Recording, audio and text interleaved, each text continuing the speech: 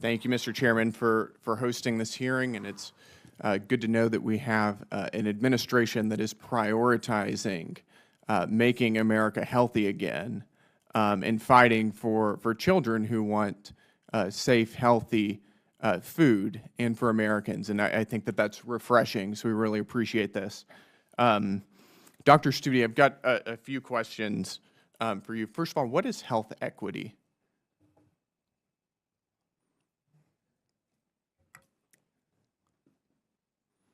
It's the consideration that all individuals have equal access to healthy foods or different aspects of the health system. I think all individuals should ideally have access to healthy food. Do you think that that should be the central lens through which we look at health? Hello, everyone. Welcome back to the channel. If you're new here, I'm your independent political analyst, no spin, no tribalism, just facts, context, and thoughtful commentary. Today, we're breaking down a recent congressional hearing where Senator Brandon Gill questioned Dr. Studi about the role of health equity in shaping the 2025 Dietary Guidelines for Americans, and also raised concerns about potential conflict of interest. Let's dive into what happened, and more importantly, what it means for policy, science, and the public. It is certainly an area of research and discussion. But the central lens, do you think that makes sense? You're relating to the work of the 2025 Dietary Guidelines Advisory Committee that the previous administration did ask them to conduct their review of evidence with health equity lens. Well, are you familiar with this article entitled, it was from the American Journal of Clinical Nutrition. It's called Addressing Misinformation About the Dietary Guidelines for Americans? Yes. Okay, and were you an author of this article? Yes. Okay, I thought so. Your name's on the top. It's the second author. One of the statements in this says, quote, in addition, HHS and USDA have prioritized health equity as the central lens through which all scientific questions will be considered in the 2025 DGAC. Do you think that makes sense? That was the request from the administration, and that was carried in through the charge to the committee. But do you think that this is a proper way to go about promoting nutrition? It is one of the discussion points it's one of the topics that is being discussed. Well, I'm asking if you think that this is a proper way of going about promoting nutrition in the United States. Your name is on this article. My perspective on that is I think it's good to look at evidence in all ways, and that can include through that perspective. Do you think it should be the central lens? I did not.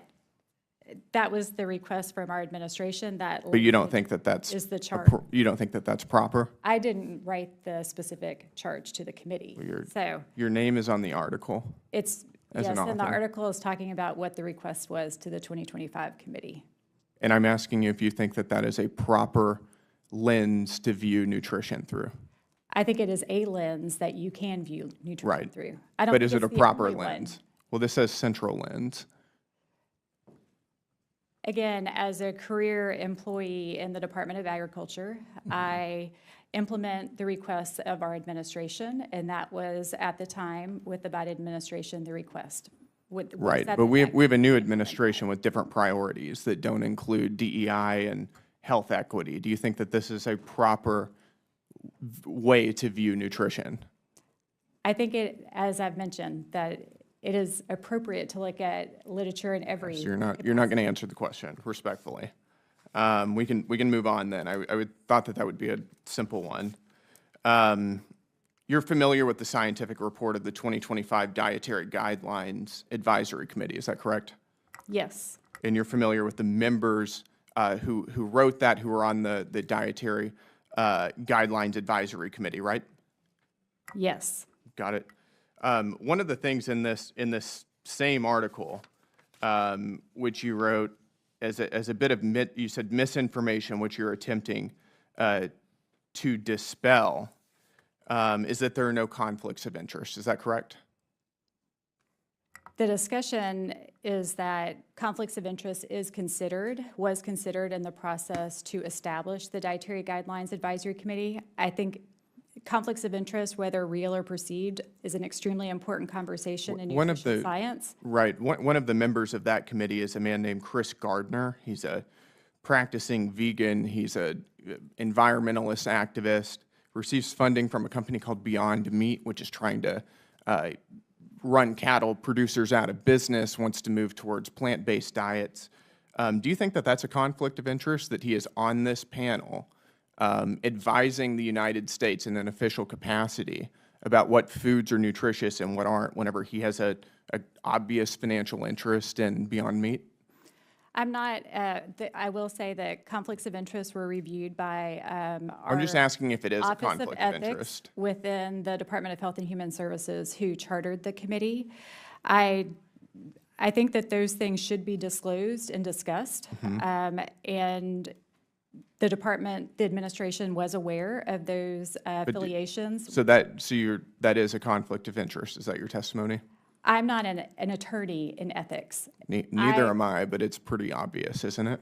Well, if you're talking about a financial conflicts of interest, that is something that our ethics attorneys review and assess. So I do not do that review of our members in that process. We do have individuals who support. So your testimony is that you don't know if this is a conflict of interest or not?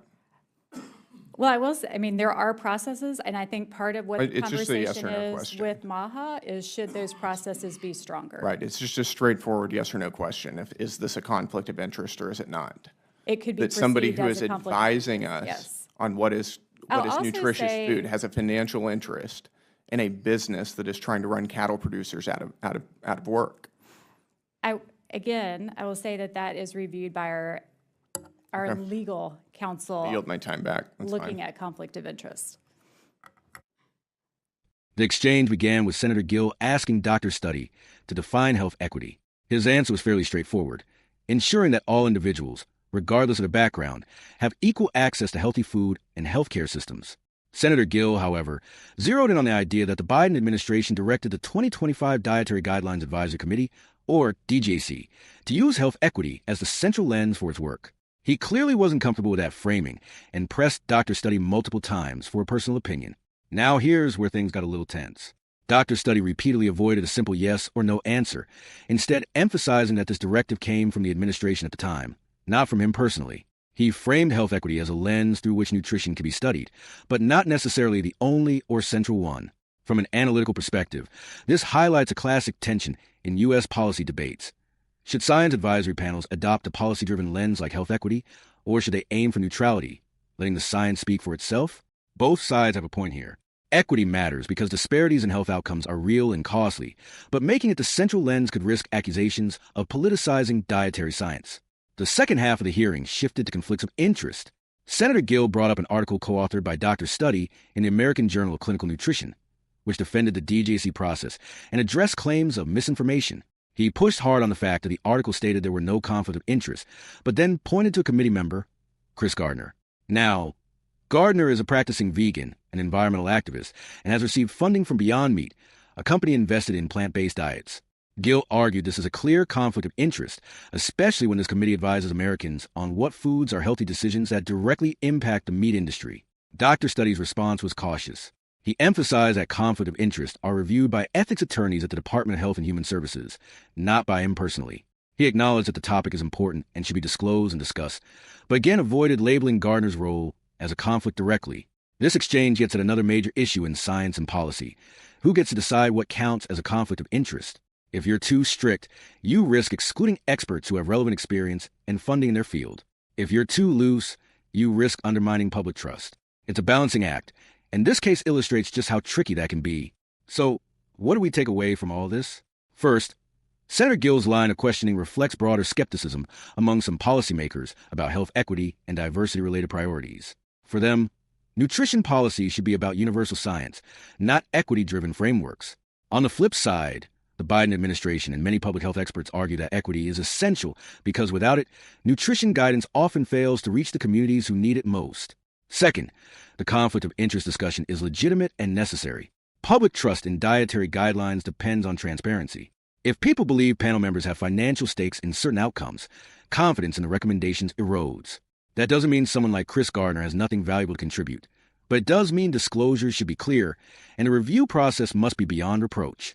As a neutral analyst, I'd say this. The dietary guidelines process is already highly politicized, and exchanges like this show how science, politics, and industry are deeply intertwined. Instead of treating these hearings like gotcha moments, it would be healthier for both sides to focus on building credibility, whether that's by clarifying the role of health equity or strengthening conflict of interest rules. So that's the breakdown. A clash between Senator Brandon Gill and doctors' study over health equity, conflict of interest, and the trustworthiness of America's nutrition guidelines. What do you think? Should health equity be the central lens in nutrition policy, or should the science stay as neutral as possible? And do you think conflicts of interest are being taken seriously enough? Drop your thoughts in the comments, and as always, keep it civil and fact-based. Thanks for watching, and don't forget to like, share, and subscribe for more independent political analysis.